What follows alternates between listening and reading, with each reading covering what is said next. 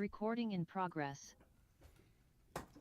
Okay, and welcome. At this time, we'll call the August 15th, 2024 meeting of the Humboldt County Association of Governments Board to order, and can we get a roll call? Chair Johnson, Here. Mayor Jones, Here. Supervisor Madrone, Mayor Pro Tem Castellano, Here. Councilmember Atkins Salazar, Here. Councilmember Jorgensen, Here. Councilmember West, Here. Councilmember Orr, Here. PAC Member Arroyo, Here. PAC Member Allstrand. Here. Thank you. At this time, we'll adjourn as the HCOG Board and reconvene as the Policy Advisory Committee. And at this time, we'll take public comment on non-agenda items. If there's anybody that'd like to make public comment on non-agenda items. Don't see any hands raised. So we'll move to presentations. Yeah, if I could introduce the first presenter.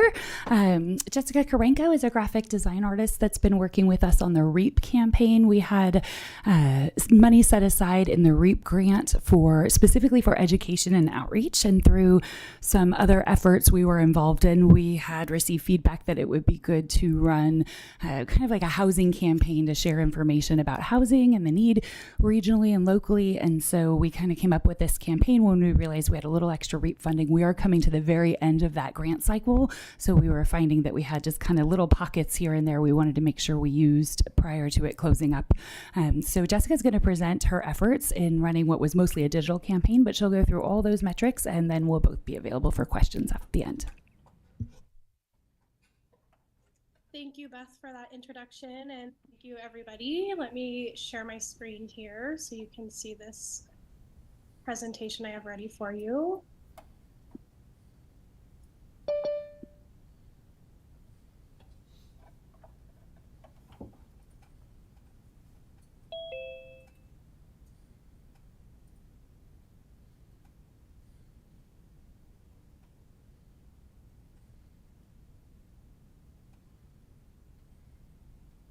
All right, so I'm really excited to share with you about the KEYS campaign, what it is, our strategy and goals, as well as the results, of course.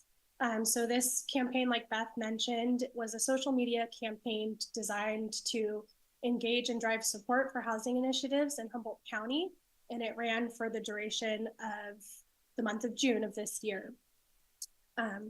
And so in the initial conversations that I had in that introductory meeting, we discussed the framework and objectives of the campaign, as well as the parameters of the REAP program, like mentioned,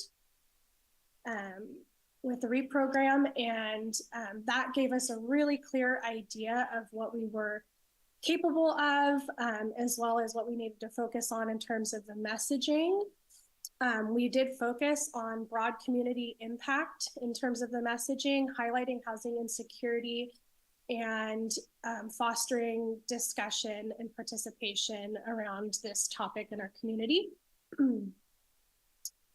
Some of the resources that contributed to the data and information that was shared were sourced from previously funded projects within the REAP program, including the housing story via the arts, as well as the Humboldt County Housing Dashboard. And so we were able to source and extract a lot of information from both of those, as well as some other data sources that led us to the development of the campaign.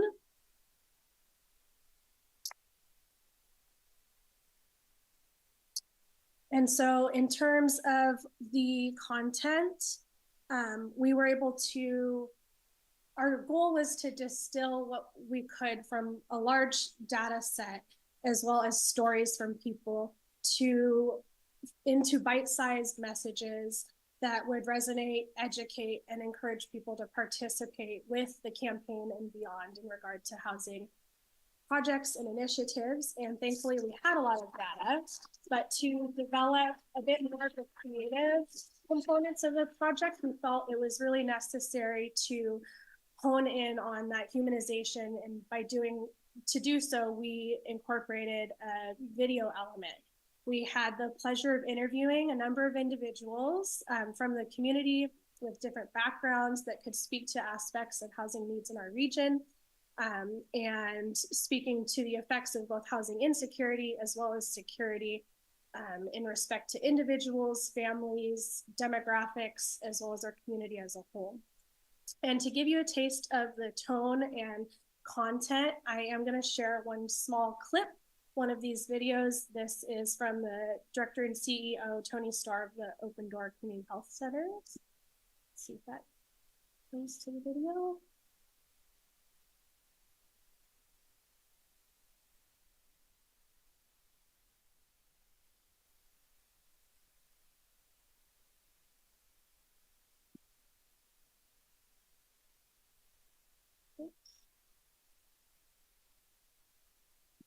So the senior population, the largest growing segment of houseless individuals in our community and in our country are seniors.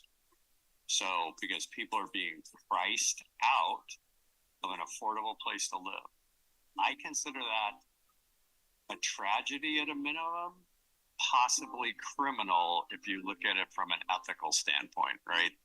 That those the most vulnerable in our population, the folks who have contributed for the longest, are now being forced to actually live in their car or on the streets. And if you think that people can maintain their health status when they're living in their car or their streets, not possible to do.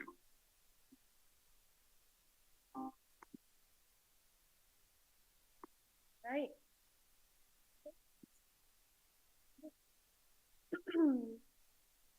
Sorry. Here.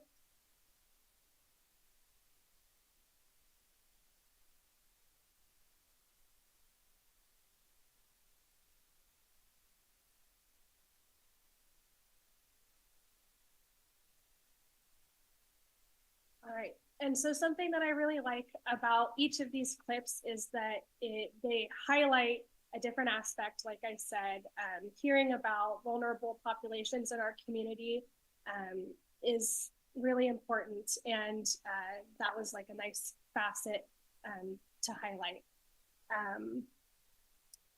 Let's see here.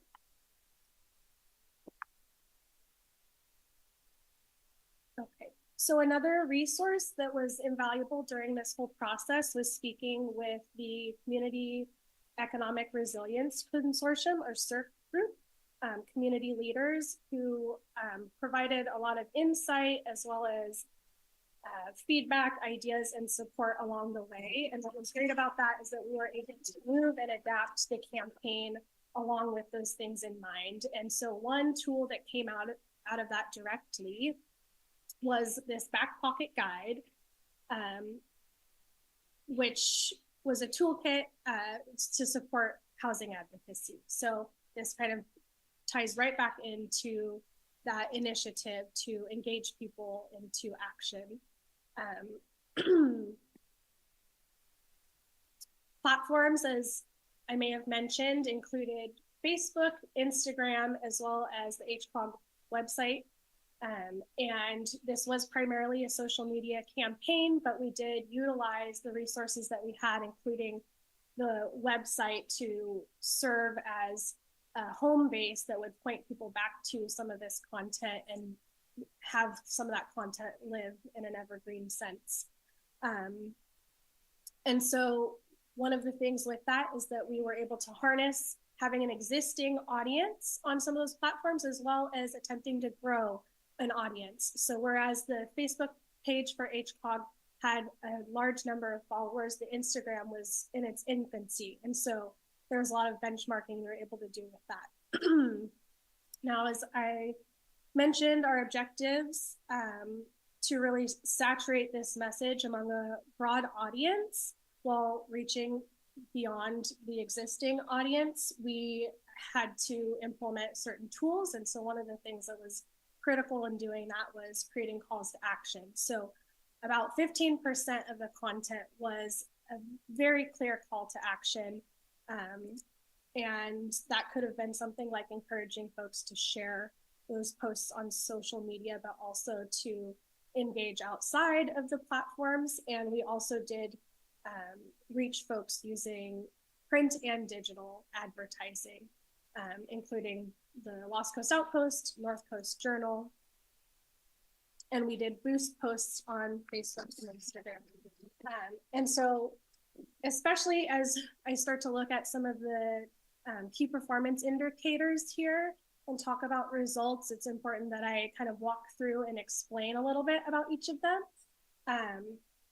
And so for meta platforms, which would include Facebook and Instagram, impressions, reach, all of these terms have a meaning and it's shared, whereas you might go to a different platform and those terms might mean something a little bit different. But in respect to these, impressions can be thought of as your wide casting net.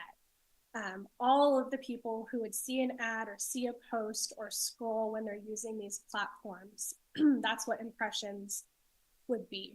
Reach is an indicator of engagement. So that would be a click, perhaps, or a swipe through a carousel if you have multiple images on a post. Video reel views, that's a little bit more self-explanatory. That's an indicator of how many views. Interactions, this is where it's a little bit more distinct from reach. Rather than just maybe a click or scrolling through some content or flipping through a carousel, that would actually be a like on a post or a share of the post. So a little bit more visible interaction. And then new followers, of course, that's self-explanatory.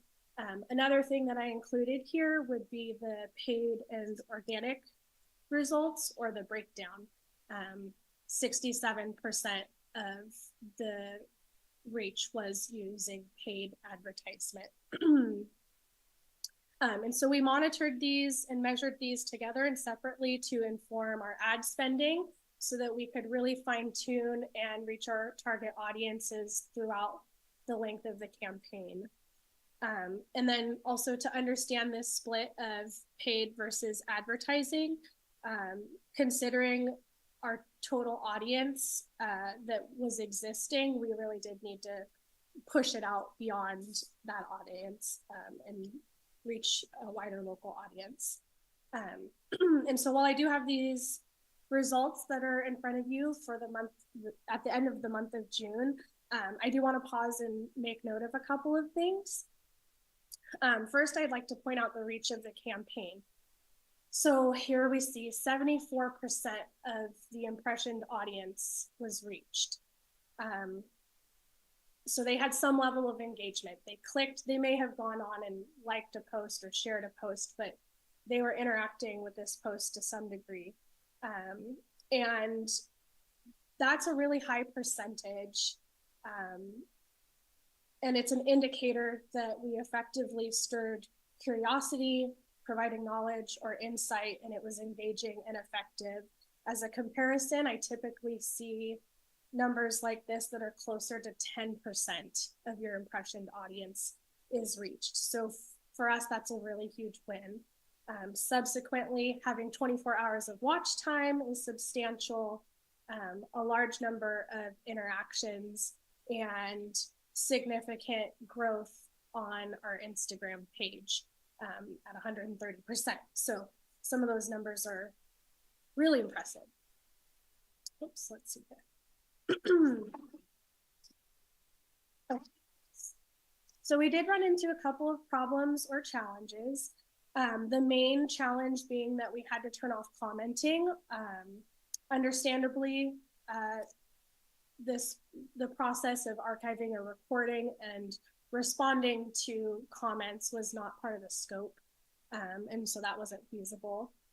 But due to that limitation, we were limited in a little bit of our advertising. The Facebook platform does not allow you to run boosted or advertised posts without maintaining commentability, whereas Instagram does give you that permission to turn it off. So we had to slightly adapt, and with that, we reached a slightly younger audience than we might have otherwise.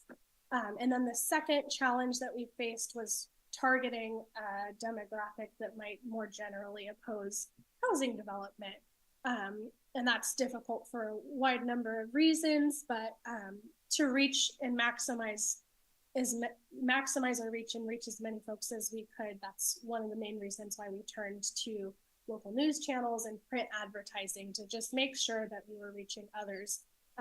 Something else that's not on this slide, but I think is really key in all of the campaign is right from the onset, there was a decision made to make it a bilingual campaign to reach the Spanish-speaking audience in our community, and all of our posts accomplished that. So I'm super happy about that. And there are also a lot of community groups that have a large Spanish-speaking audience, and there was some sharing of content there. So that was really wonderful. Let's see here. And then looking at our results a little bit more in depth, we had 150,000 measured impressions across all platforms and channels. When we looked at the digital breakdown, our top 3 audience locations were Arcata, Eureka, and McKinleyville. McKinleyville just got in there. And so all of these can provide more insights if you look at some comparisons. Our social media audience ranges I thought was really interesting. The 65 plus demographic made up almost 10% of our audience. Our growth was significant, and the reason those numbers look really outrageous is because they are, in the sense that we had, like I said, the Instagram page was in its infancy, and we had all of our focus and energy into posting everyday content and sharing content. And so of course we expected those numbers to look really impressive month over month. And that's just because we were able to hone in and focus on this campaign so much.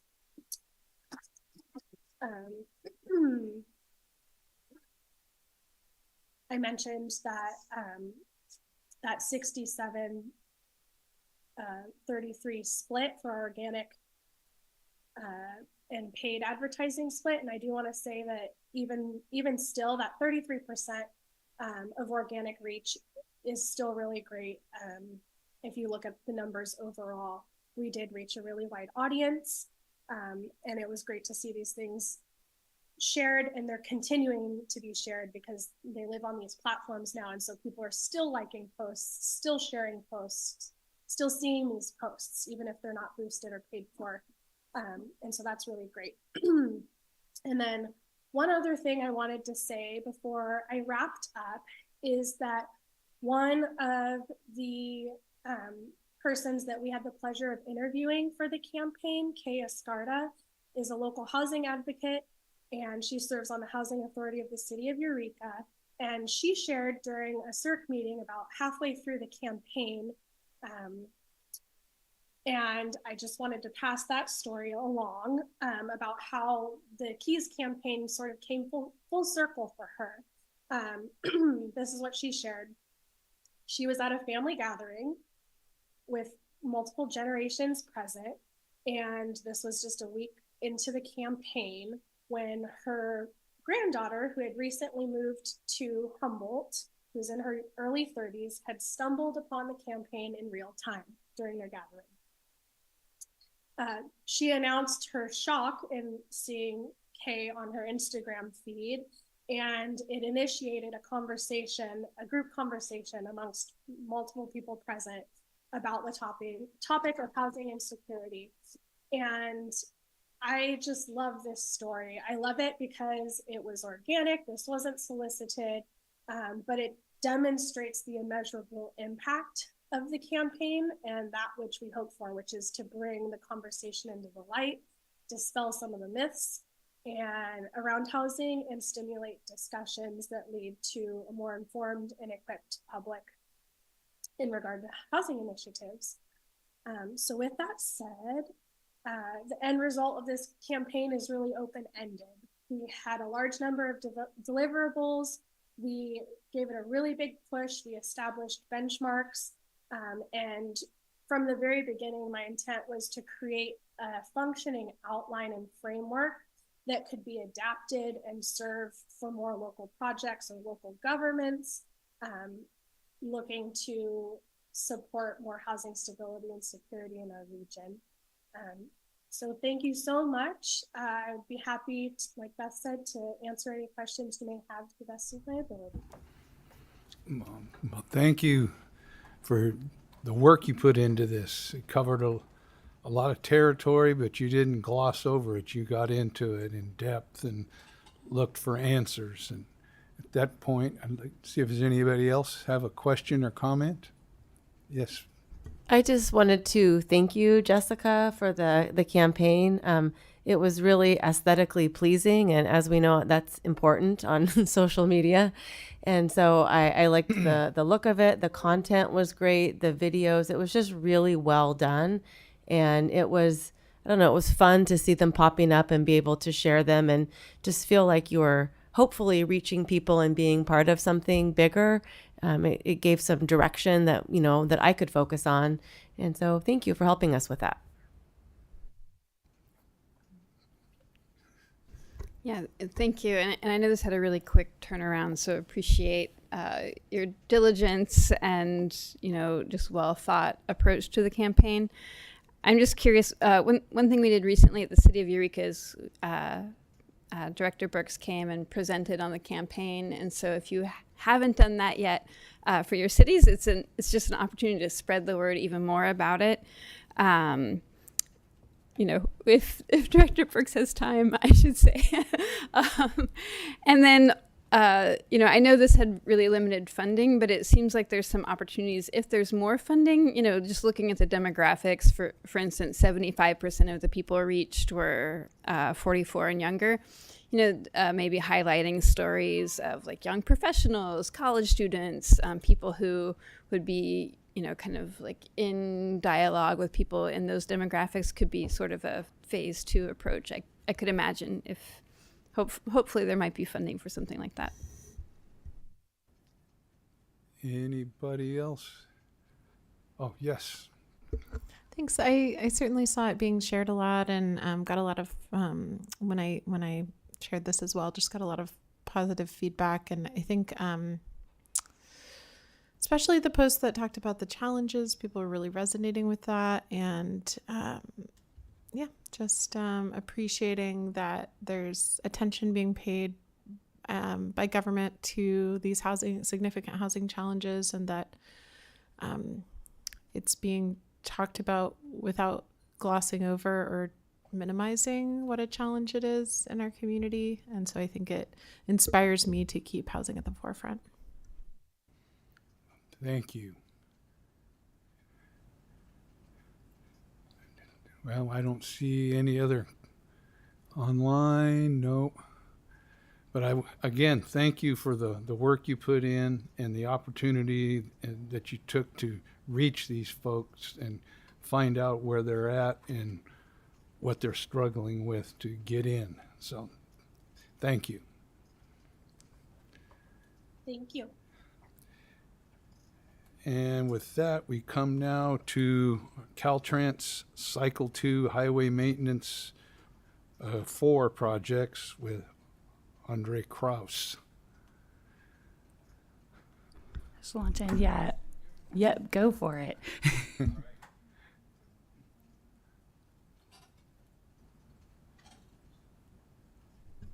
we go. Welcome, everybody. Welcome.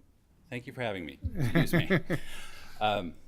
Andreas Kraus, Caltrans District 1. I'm the chief of the Safe Systems Office, and I'm here to give you an update on, it's called the HM4 Safety Program. It's essentially the Caltrans version of a quick build. It's a relatively new program, and we're trying to get some work accomplished on 4th and 5th Streets. So, I already touched on this.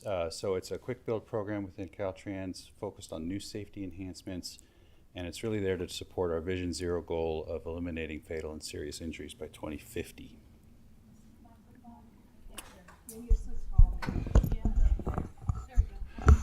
All right, can you hear me now? Okay, do I need to go back? Okay.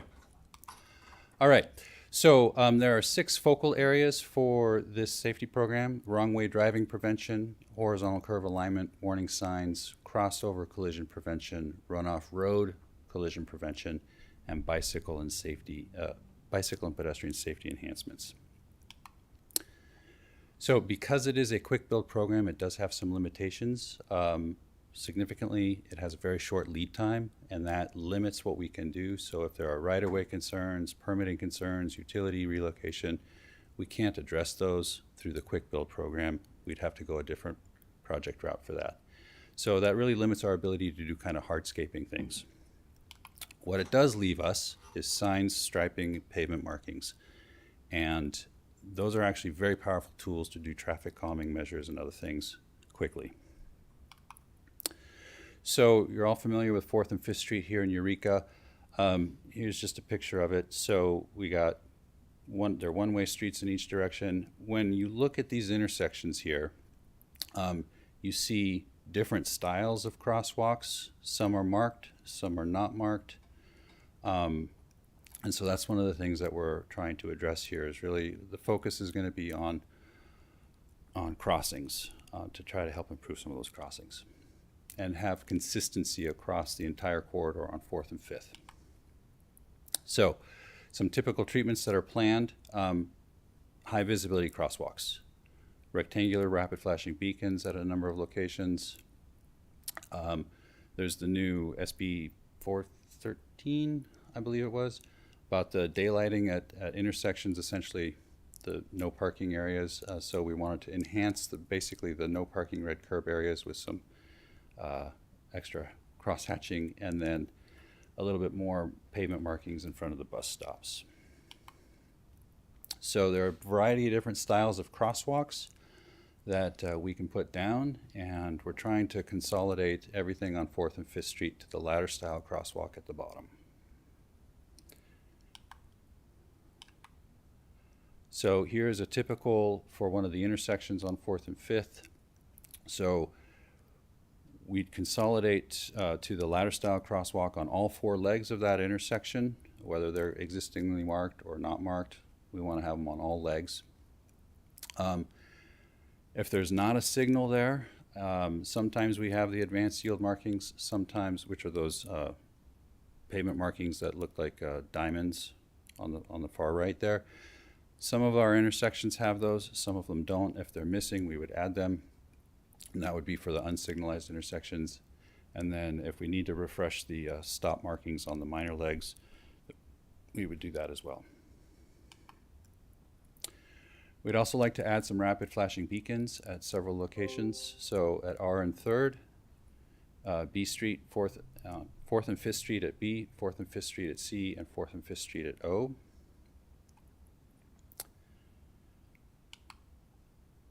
And then here's the daylighting law that enforcement takes effect January 1st.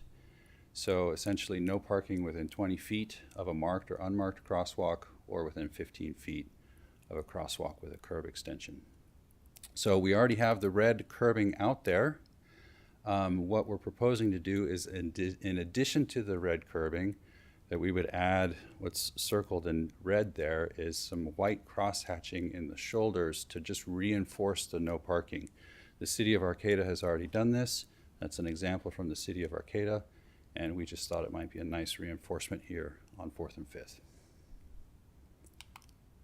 And then lastly, for the bus stops, right now they're just marked with red curb. There is also a sign, but if we put some kind of pavement marking down to reinforce that this is a bus stop and that you shouldn't park there, then we wanted to do something like that too. So the final plans for this are due in December, and the construction would be next summer. We are working on finalizing our draft plans, and as soon as those are finalized, we'll be meeting with the City of Eureka and the Humboldt Transit Authority to get their input and make any last-minute changes. And I think that's it. Well, thank you, and it looks like a good project. Any comment from board members? Questions? Well, one thing that comes to mind that I've seen, even with the 20 or 15 foot clear spacing, is large vehicles, whether it's a pickup that's just jacked up, or a pickup with a camper on it, a box truck. Even at 20 feet, someone standing trying to get out, they can't see the traffic can't see them. So I don't know how you work around that, but in residential areas, in some places I've seen where they put no vehicles over 6 feet from here to corner. But I don't know how that works when you're in a commercial zone and people have to park for deliveries. But just something that came to mind when I first saw the law come on the books. Yeah. So those are minimums. You can extend the no parking zones to improve sight distance at corners and crosswalks. But really that's, the Caltrans would follow the city's lead. If the city wants to restrict additional parking to improve sight distance, we'd be open to that discussion. Yeah, well, thank you. Okay. No, oh, yes. Sure. I mean, just since much of that's going to take place in the city of Eureka, I'm excited for the new crosswalks and especially the flashing beacons. I'm sure you're well aware that, that those are areas where we've had significant fatalities or accidents. So I think it's a great movement forward. And thank you for turning these projects around within a year.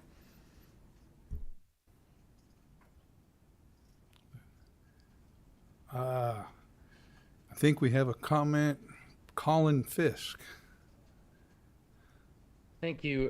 Good afternoon, everyone. Colin Fisk with CRTP. I just wanted to thank Andreas and his team for figuring out really how to fit as many meaningful changes as possible into this kind of small box that this program offers. And so I think this really will help quite a bit, and also look forward to discussions with Caltrans and the city about even more significant sort of overhauls of that corridor, which I think are really needed for true safety. So thank you. Thank you. Colin. Yes, Mayor Jones. Yeah, hi, Mayor Jones from the city of Blue Lake. We're right now in the process of doing a Safe Route to Schools project in our town.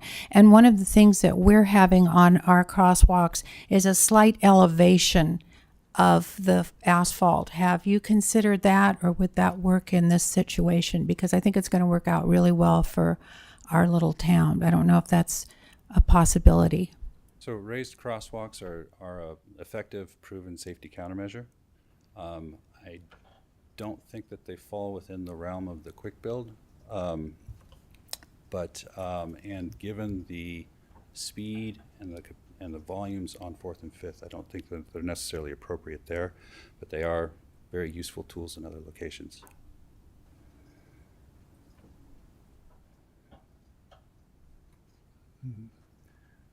I don't see any more comments or questions, but thank you. Yeah, thank you very much. Thank you for undertaking this. And at this time, we have our final presentation for today with prioritizing essential services in an era of natural disaster.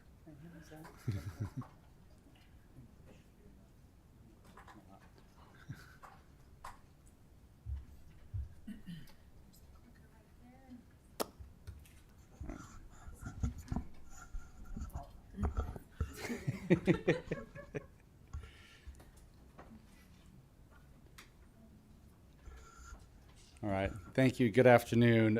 Thank you for having us. This is a bit of presentation orama for you all. So I appreciate you letting us come and present to this body. I believe Director Mattson and I have presented to each of your city councils respectively. So we will try to get through some of this quickly. We do have an updated slide or some updated information here in the slide deck. So feel free to ask us any questions or stop us at any point. We also do have officially a letter designated to our measure now. Sorry, I didn't introduce myself. My name is Sean Quincy, and I'm with the Humboldt County Administrative Office here with Director Madsen from the county's Public Works Department. We're here to talk to this body about Measure O, a 1 cent local sales tax measure that will be assessed countywide, designed to fund roads and bus services. This is a little bit similar to the measure that HCOG sponsored several years back. I think it was Measure U back. There's some distinct differences here because this is a county-led measure. But for the county, some of the motivations for this measure, as we discussed when we presented to your cities earlier, is disasters are driving a lot of this. We've seen an increase in the number of disasters hitting our area and the number and the intensity of the disasters. And it's just taking a toll on the county. We declare emergencies. Less often the state and federal government declare emergencies, and too often we just can't get reimbursed for the emergencies and the emergency work that we've got to do, or the payments that we receive are late. They're unpredictable, often not enough to cover our costs, and it's just taking a toll on the county.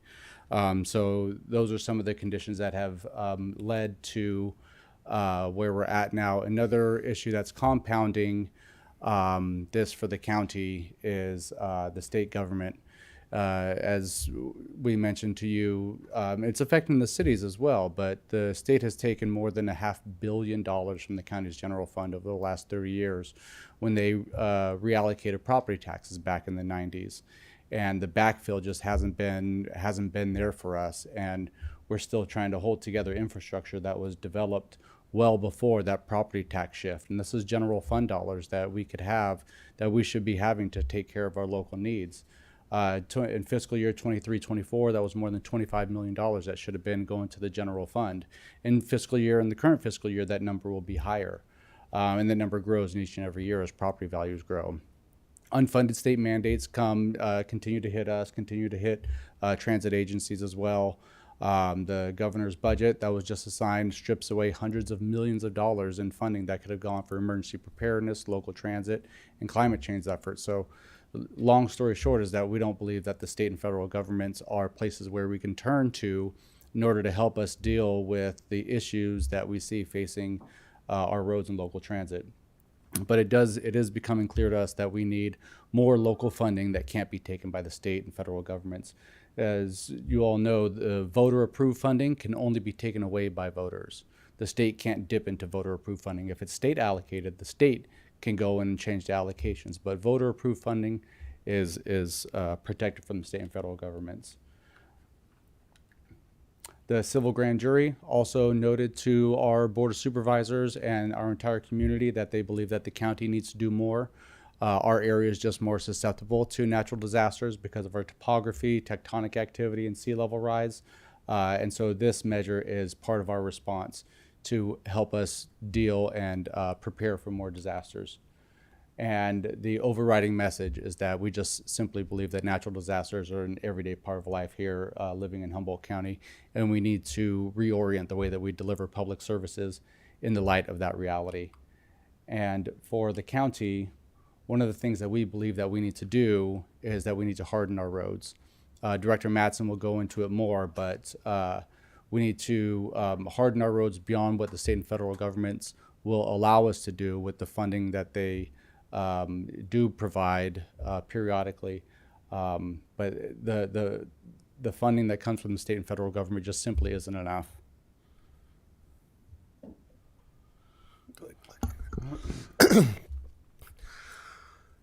I've been with the county since 1998, and from then and before that through about mid-2000s, we would have about one declared disaster every 3 years to the tune of $3 to $5 million, which was absorbable by the county without really affecting our operations. Since 2017, we've had 7 different declared disasters for a total of $70 million in damage to the county road system. The problem with this is My baseline budget right now is about 15 million a year. So the vast majority is having to go to repair storm damages and not maintaining the county road system. And what happens with that is the county road system starts to deteriorate rapidly. We go from good to bad condition quickly if we're not properly maintaining our roads. With these storms, we have to front all the money to cover the costs. It takes about 3 years to get permit approval or a federal approval to actually go to construction on these big projects. And at the time of the emergency, we're only allowed emergency opening. We get the road open for vehicles to pass, don't do any major repairs. After we spend all the money, it generally takes 6 to 10 years to get the money back from the feds. The way the reimbursements work is the feds do not have a regular budget for disaster. They have, their budget for FEMA and their staff, but disasters are budgeted on a per disaster basis. So a major disaster will occur somewhere in the nation. The feds will come out with some $1 billion remark about how much money is going for this disaster, and actually only about 10% of that money goes to that disaster. The rest goes to pay the rest of the local agencies and state agencies actually throughout the nation back for the money that they've fronted on previous disasters that qualify for FEMA funding. Just to show you a couple of our projects, one of the things Sean did talk a little bit about hardening. Sometimes we do get hardening in our projects, but sometimes it's not enough to really solve the problem. This location went out in 2017. There happens to be about a mile of road that has a very similar condition, is susceptible to this type of damage, dropping down into Shelter Cove. We were able to get a strong retaining wall here. One of the prime movers of this at this point is right above the county road. The subdivision of Shelter Cove started, and houses would have been lost if we couldn't build the road back. So we are actually able to get a good project at this location, but then again, it ended, and up and down this road are very similar locations, which we have yet to get mitigation funding for to stabilize before they fail. This cost about over $7 million for that one little project, and mitigating the rest would be a significantly less investment of doing it now rather than after it fails. This is Lighthouse Road out in the Mattole Valley, heading out towards Black Sand, or not Black Sands Beach, but Lighthouse Beach, the beginning of the Kings Range heading south to Shelter Cove. This road regularly gets damaged. We're regularly allowed to go back and reinforce the section that blows out. But almost every other storm that we get or major event, we get blowouts on both sides of what we've already done because it just eats out. We're not allowed to extend our protection to a good, solid, natural geological point where we can tie in. We're just allowed to fill in the section that blew out, and that means it's going to swirl and blow out on both ends with the next high water event. This is Wilder Ridge, again out in the Mattole Valley. This site was actually put back together. We were not allowed to build a retaining wall or any slope protection, and it happened, and it blew out again in 2019. We have another project where now we are going to be allowed to put some a retaining wall in to protect the road from the creek. We're up against steep hillsides here. We have nowhere to retreat. Again, this is going to be millions of dollars to fix that we have to front the money on. Next slide. This is Redwood Valley last year. During our storm events, we had people stranded out there for 2 weeks with the access. They actually have two accesses, which many people in the county do not. Both sides failed. Big landslide came down one side and plugged the culvert, turned the road into a creek. Similar on the other side, and they were stranded it took us about $1.5 million just to do emergency opening. If you go out there now, it's just gravel. This happened just last Friday. This is a detour around one of our storm damage projects, and it failed right before a fire started uphill of this. And CAL FIRE estimated it took them about 30 minutes extra to detour around the site. If you've been down in southern Humboldt and seen the dry grass, this is a scary event, not having direct access. In fact, they had response coming in from Mendocino County over Bell Springs Road to help out due to we're not being able to get up there in a timely manner. And we've had other estimates from local fire districts that it took them actually more like 90 minutes to make the detour. So how's this affected our pavement condition? Our pavement, a new road is a pavement condition index of 100. For a long time, we sat with most counties in most counties in the state of California, as well as most counties nationwide, in our fair condition. Since we've had to start diverting more and more of our maintenance money to reopen roads, we've now dropped into what we call the poor condition. The problem here is each time we drop down, it takes more to get back up. We want to have a pavement condition index of 70. That means we're operating at the most efficient cost possible by doing surface treatments and other things rather than having to rebuild our road systems. And so we are projecting at this point, without a change in revenue, to drop into the very poor and failed condition within 10 years. That same 10-year scenario, if we were to go to 70, would run about $500 million. We know we're not going to get there with what we've got, but with the proposed sales of 1 cent, that would also allow us to leverage additional federal funds and state grants that we cannot go for right now because we don't have funds available for the matches. There are millions out there in federal funding that if we had local match for, we could be leveraging and bringing into the community. Just as an example, this is a brand new road of a PCI of 100. This is where we sat for the longest time in the mid-range, keeping our road system together, not really dropping, but nothing really great, but nothing really horrible. These are usable roads. You can see they need maintenance. They need some surface sealing. They need some crack sealing. But all in all, they're not totally failed. They can be fixed with relatively reasonable cost based on what construction is today. Now we've dropped down into the PCI in the 40 range, which means our roads are starting to fail at the base level, which means we need to start reconstructing certain portions of our roads because we can no longer efficiently put a surface treatment on it and think it will last more than a couple of years. Again, we are projecting that our roads are going to continue to drop unless we have a change. That $500 million is it's a scenario we run. Every time we run our pavement condition analysis, we run a scenario of what would it take to get to 70. In 2012, it was $150 million. In 2017, it was $300 million. And effective the 2022 analysis said it's $500 million and it's going to get worse. Here's where we're headed if we don't make some changes. And back to the good news. So there is a bit of good news in this. We did some polling of the community since we went and talked to your respective councils last. And these are the priorities that that we heard back from our communities.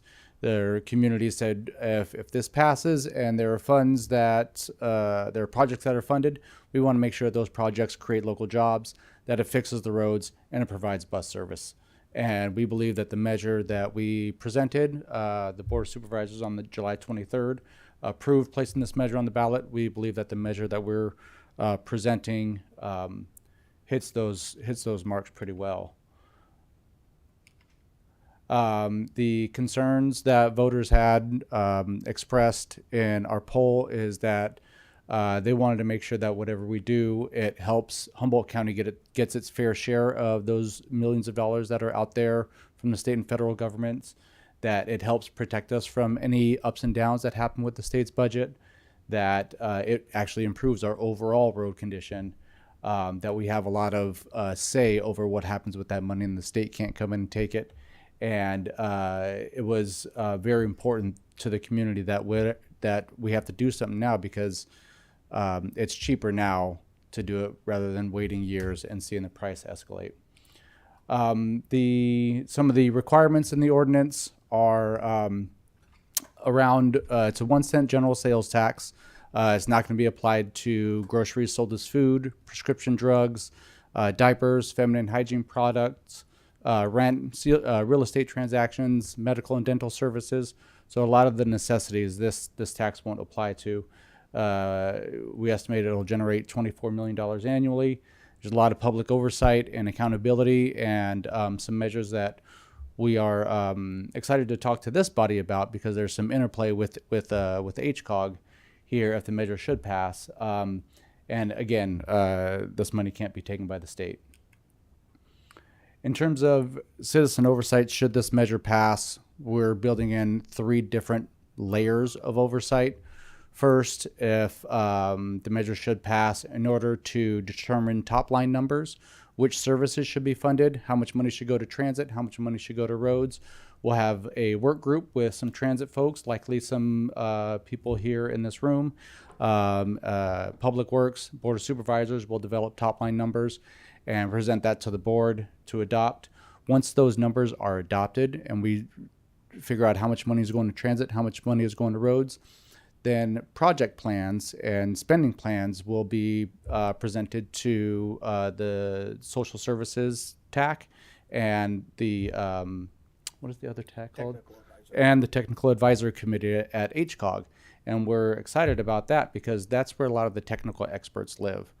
You know, at the county, we don't provide bus service, but we know that folks in the social services TAC know exactly where that money should go, what services should be provided, especially as it relates to the unmet needs plan that HCOG has approved.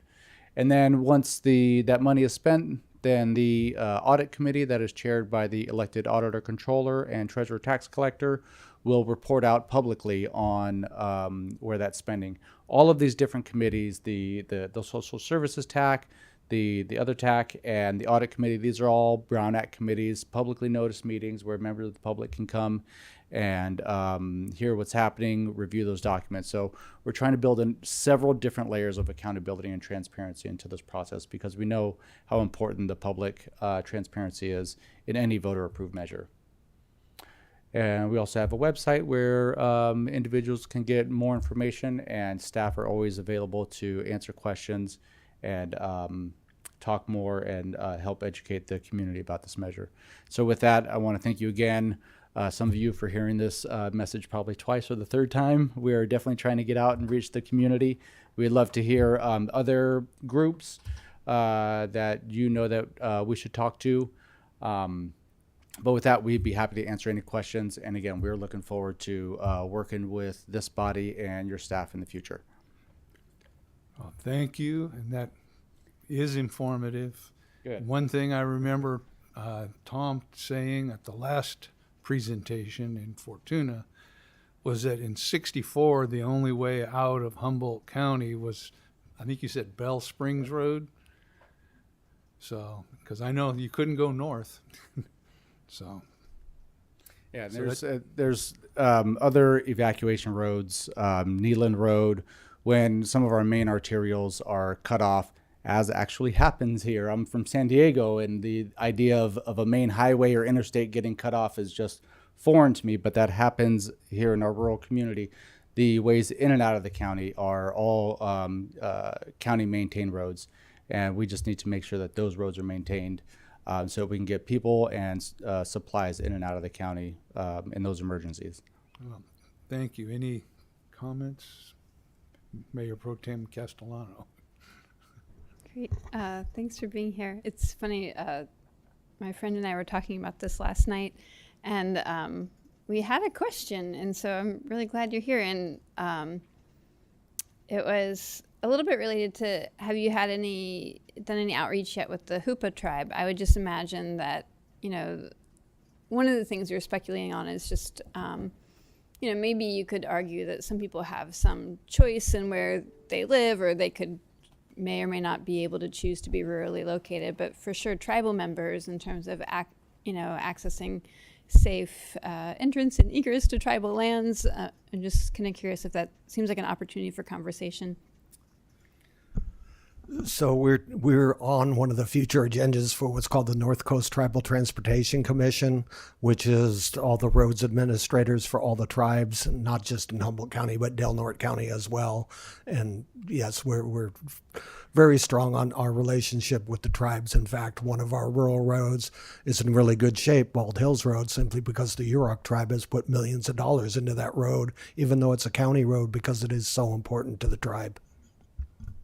Thank you. Thank you. Yeah, I think this is my third time, but that's okay because I don't know how many times you have all given this. It's equally depressing every time. So yeah, but I just had a small question. I've been curious when you're talking about fair share. Is that the same as being a self-help county? It's having enough money to actually go for that funding. Most of the larger agencies, they have a lot of money, and so they have a large staff that just focus on grants, and they have money set aside to match those grants. We don't have the money set aside to match those grants. I've got a lot of people, in fact myself, I write a lot of grants, but I haven't in quite a while because I can't write a grant application if I can't come up with the match to show that I have the match for the grant. Okay, I appreciate that. We want a piece of that action. Yeah, no, absolutely. And I've had folks talk to me about becoming a self-help county, and I understand that's a pretty heavy lift for who we are. And so just maybe understanding a little bit of the difference of that would be helpful. Okay. So there's a real defined difference between what is known as a self-help county. Those are counties that have a 2/3 tax dedicated to roads only.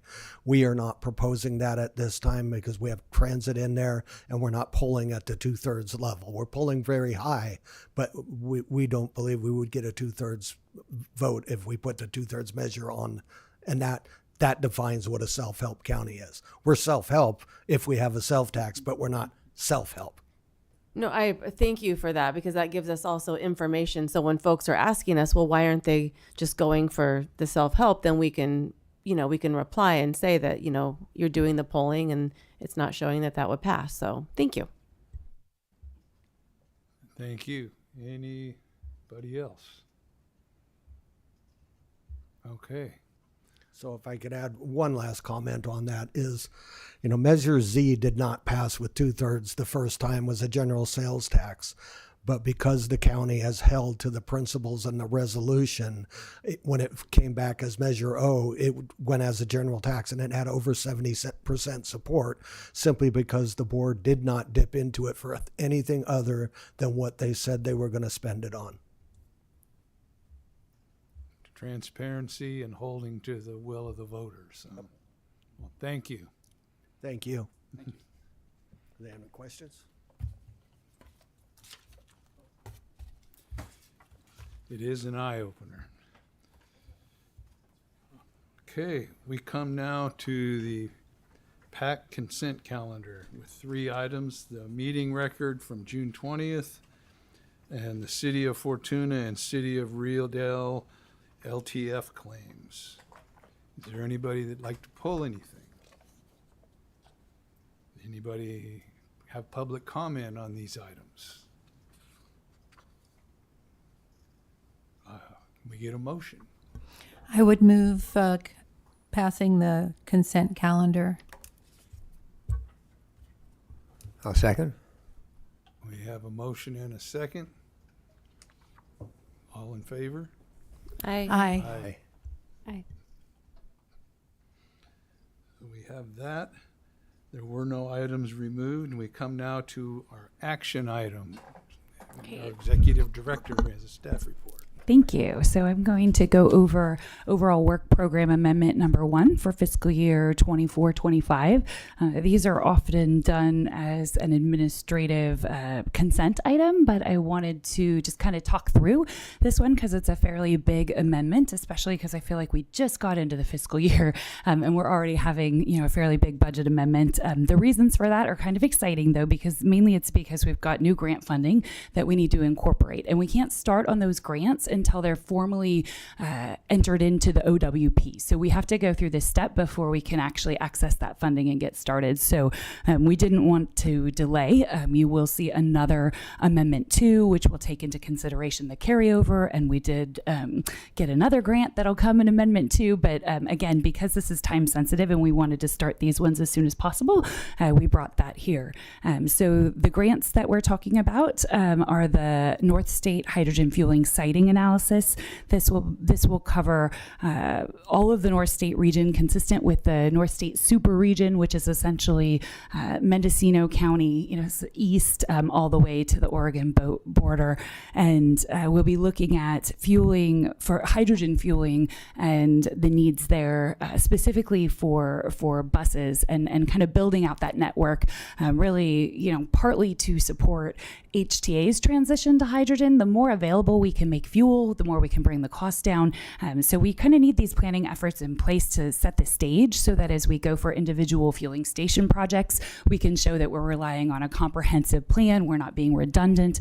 And I think HTA does a phenomenal job coordinating with that entire region. So we're happy to support in that. There was no match for this particular funding source. This was funded with a Caltrans discretionary rural planning assistance grant. And like I said, we have no match for that. So all of our staff time will be covered and the consultant time will also be covered.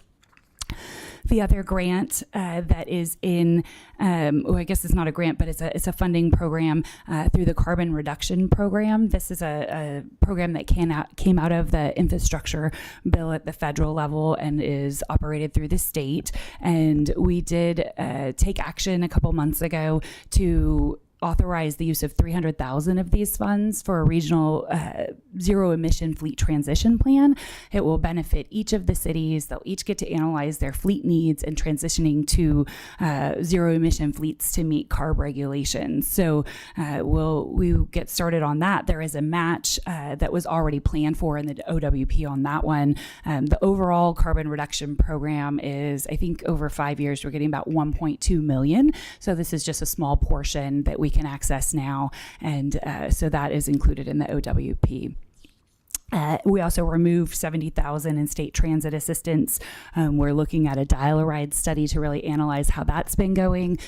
We've received the comment to revisit our dial-a-ride structure, I think, for at least 2 transit development plans. So for at least 7 years, we've kind of known that we need to look at that.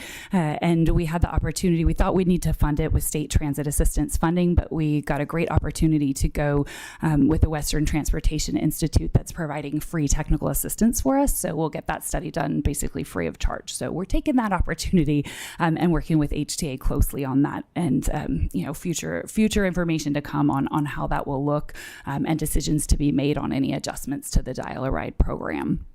And then kind of the really big one that's sort of slammed in here as item 3 is the staffing changes. And I think I might have mentioned this before. We are granting a leave of absence to Associate Regional Planner Stevie Luther. He'll be taking a 1-year leave or perhaps just a little short of that to pursue a master's degree. He does intend to return. He's done a fabulous job here at HCOG, and we love to be able to provide this educational opportunity. Really, we're just giving the time to be able to do that. So we are setting it up that he would return after his studies. And in the meantime, we do need to augment that staffing. So we're actually issuing an on-call planning RFP, a request for proposals that went live, I think, yesterday, to kind of augment that. And we'll use some of the savings we have and some of the new grant funding we have to fund that on-call position. And then also we were able to secure a Civic Spark fellow, which is an AmeriCorps program that has fellows working throughout the state of California and some other states as well, specific to sustainability and climate.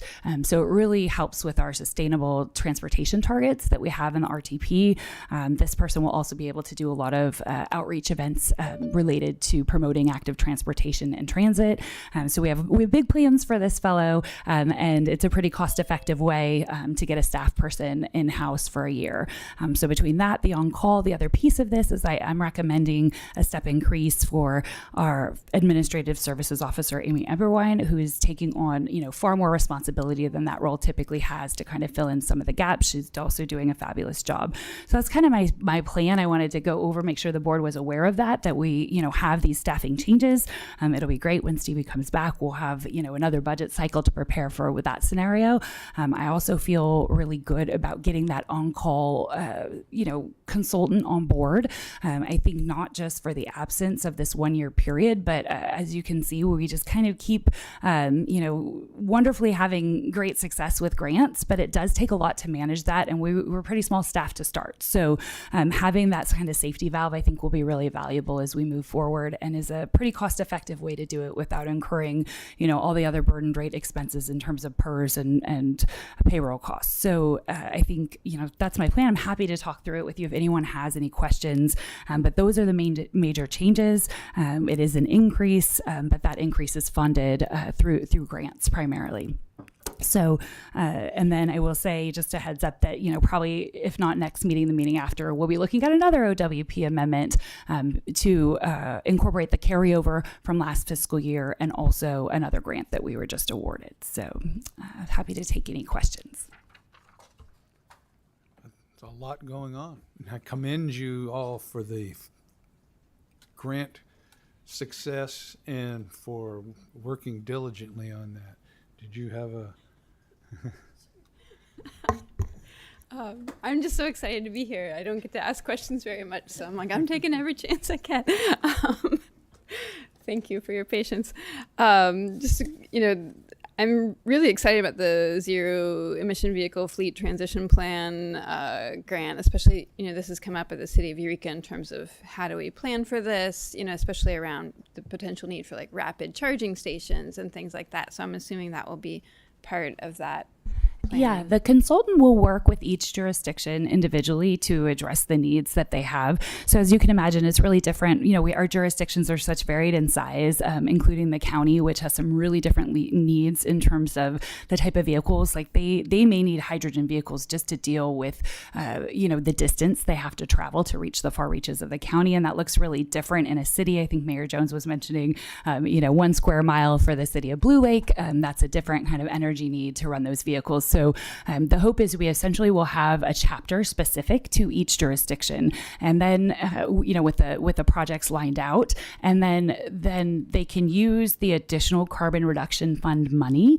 our different jurisdictions can to be sort of maybe a match going forward to implement some of those projects that are outlined in the plans. And so that's kind of the strategy we put forward. But yeah, it will be very specific, and it's really all of the public works directors that are involved in that, and we'll be working directly with the consultant that's gonna execute the plan.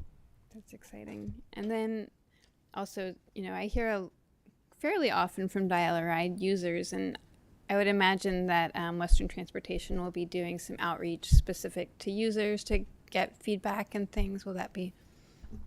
We haven't got there yet. We're really looking primarily at the fare structure to start. It really is a very interesting relationship in how we pay for dial-a-ride locally.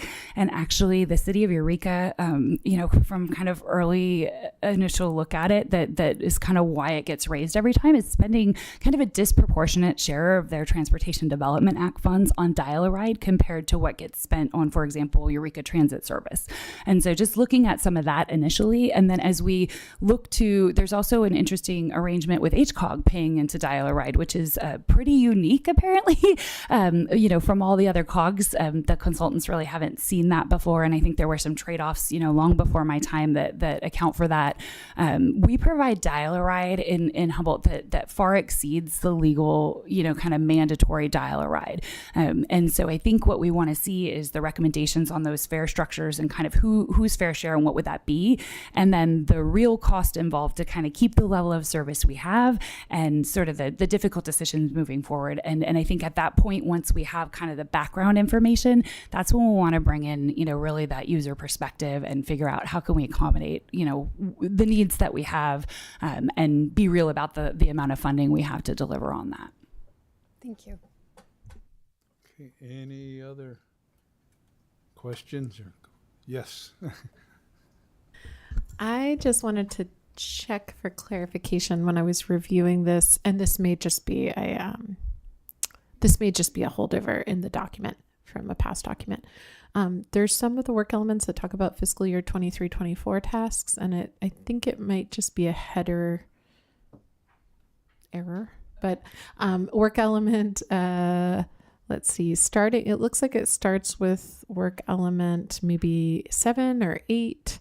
And so they say fiscal year 23-24.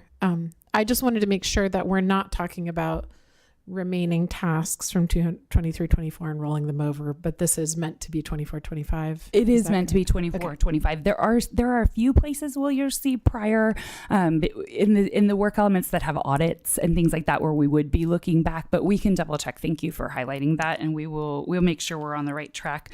There's just a few places that would be applicable, and other than that, it shouldn't be in there. I wouldn't have even brought it up, but since we're making edits to it, and this is amendment already, I figured just for clarification, I would mention it. Thank you. Okay. No public comment.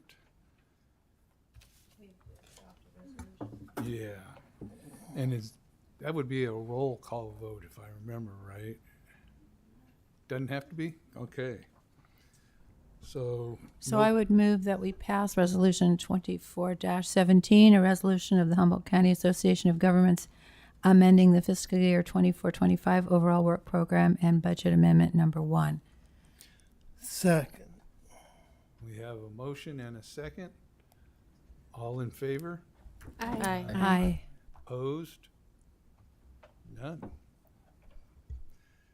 So, thank you. Now on to item B, the Great Redwood Trail Agency Board appointment.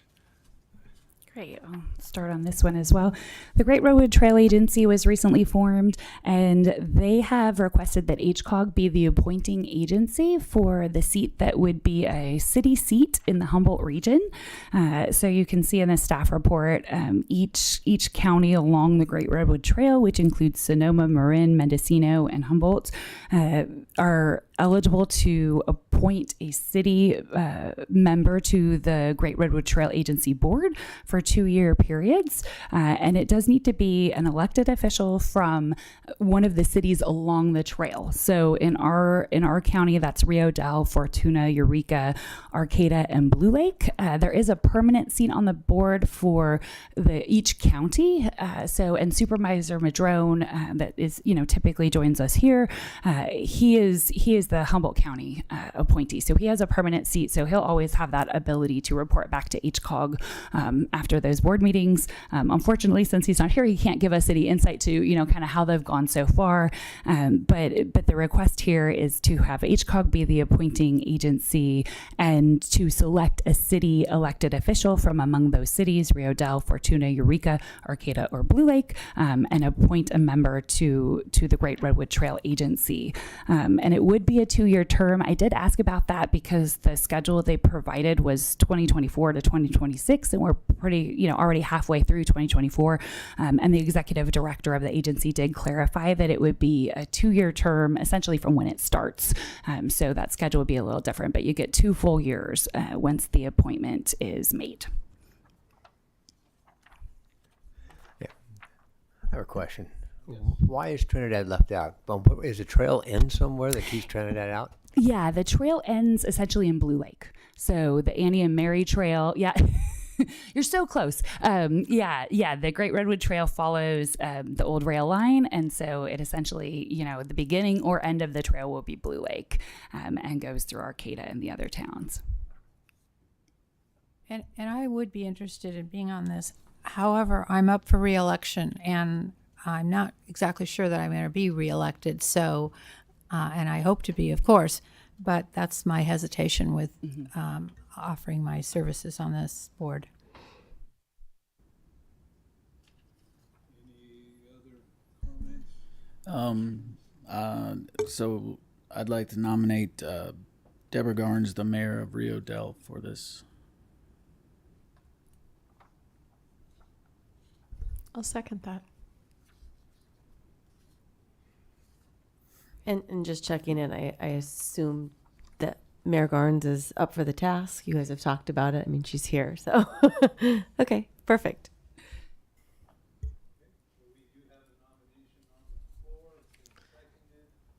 Chair Johnson, can I ask a quick question? Yes. Could we hear from Mayor Garnes? Is that okay with you? I was looking to see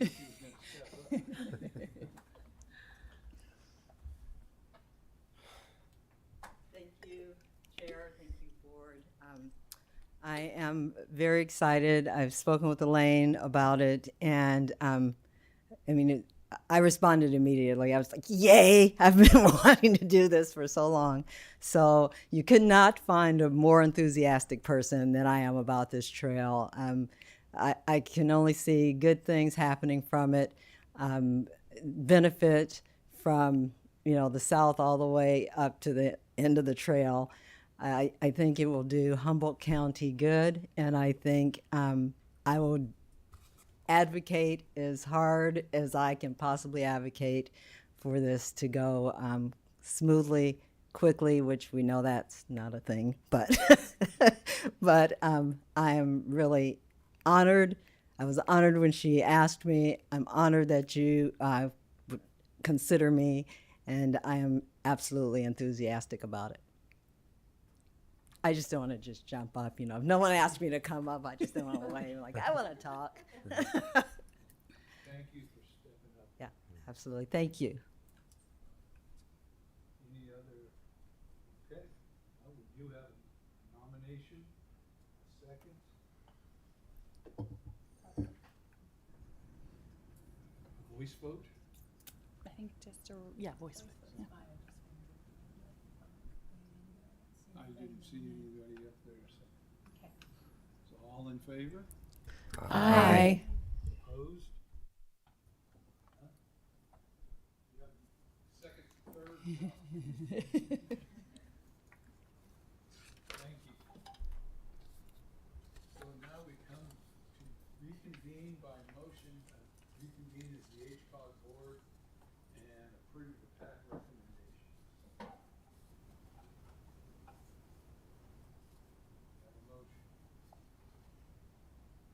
I'll move to accept the recommendations.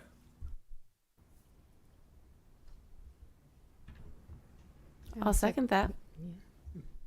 Motion and a second. Vote, all in favor? Aye. Aye. Opposed?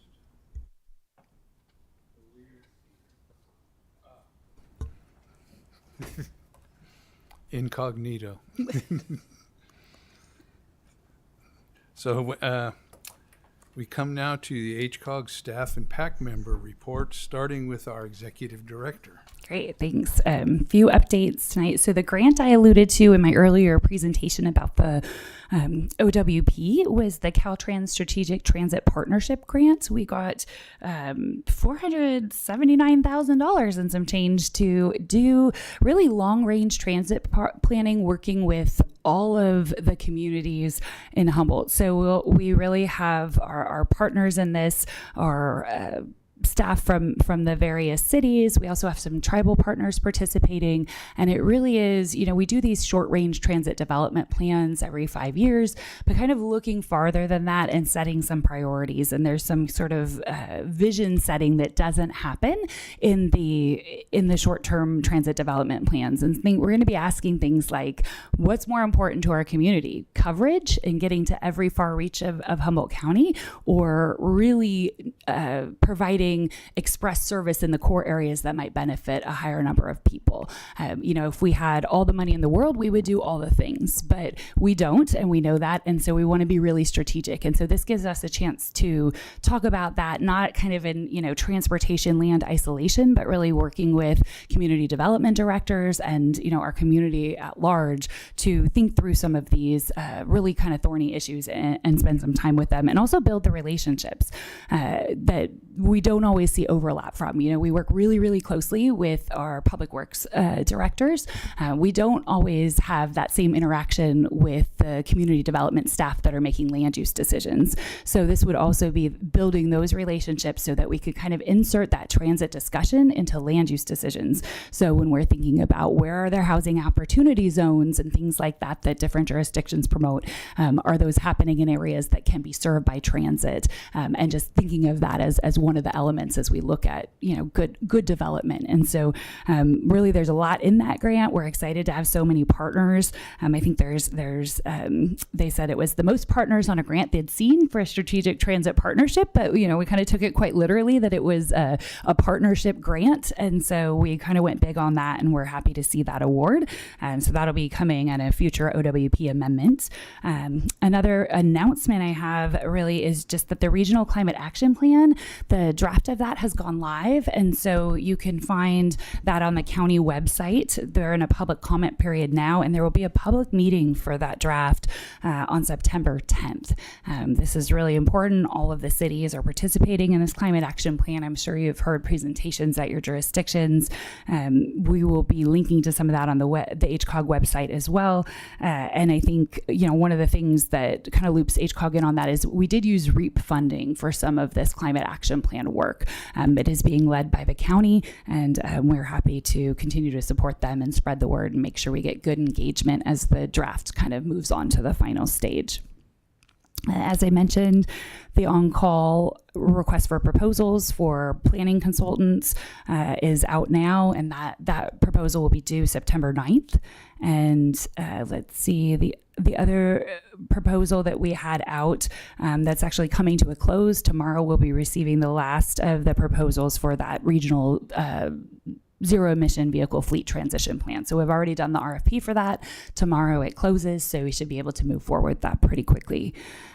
The other announcement I wanted to make was that we will be co-sponsoring the Week Without Driving. This is something that last year I think the Coalition for Responsible Transportation Priorities promoted.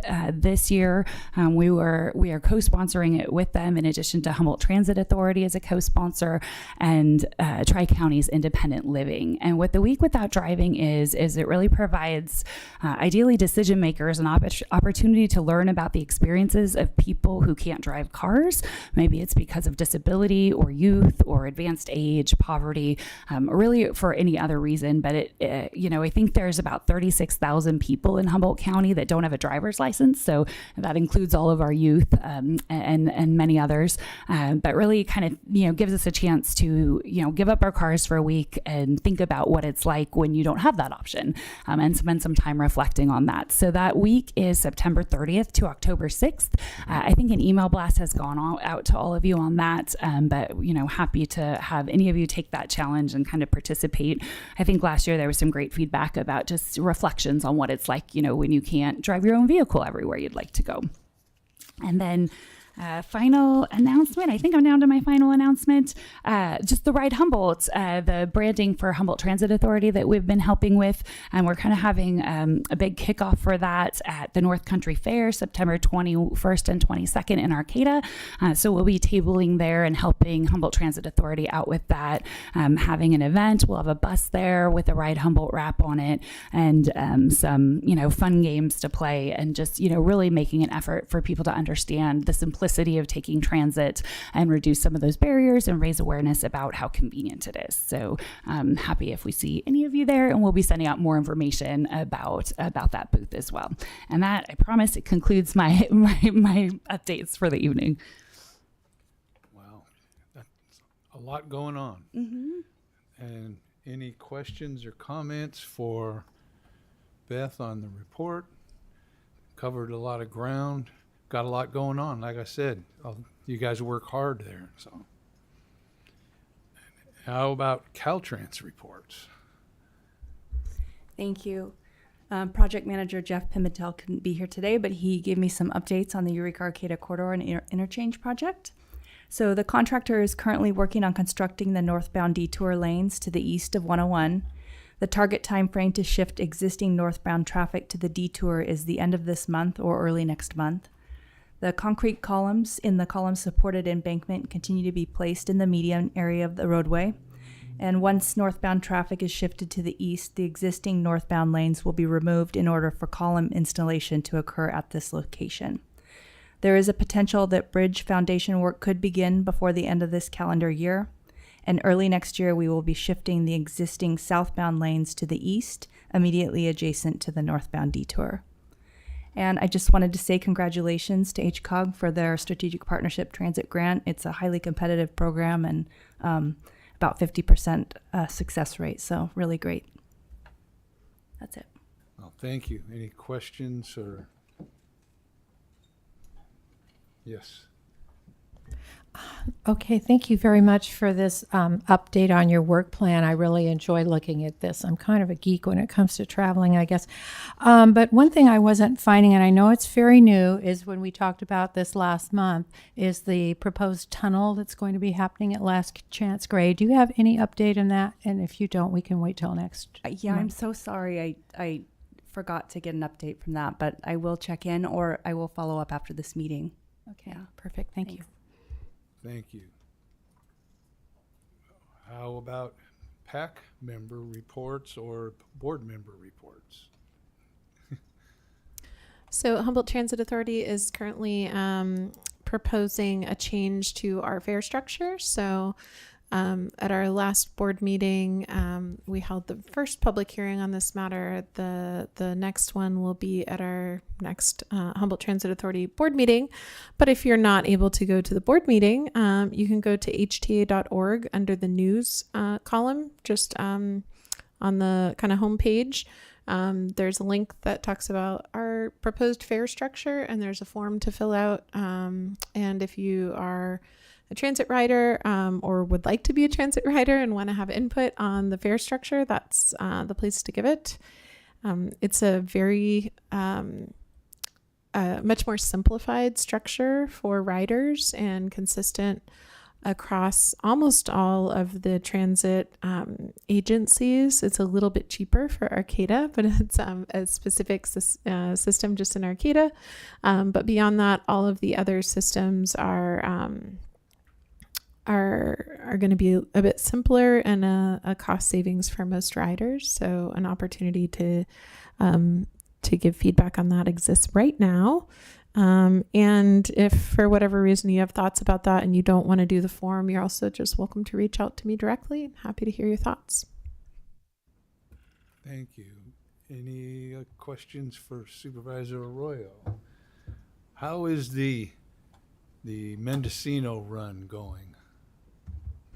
That's a great question. It is going, and we've been holding off on really promoting it because of just wanting to do it in consistently with the Ride Humboldt promotion, which is really rolling out shortly, and also, early on wanting to work out any of the kinks. And in December, we will have a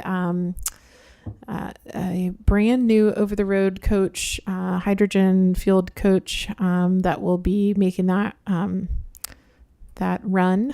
So it'll be exciting for riders, and it's the first of its kind, the long range over-the-road coach of this exact kind in the country. So we're big innovators with that one. But it is continuing to run. So I can get a little bit more information about that and bring it back. So especially now that Greyhound has ceased to provide that service, it'll be good to kind of share out what's working there and what we have plans for there. Well, thank you. Any other board member reports? No. Well, with that, we have reached adjournment. Thank you all for being here. Thank you for helping us to have our quorum. And thank you for staff for all you guys have done. We've kind of been gone for a while, but you guys have kept working. Thank you.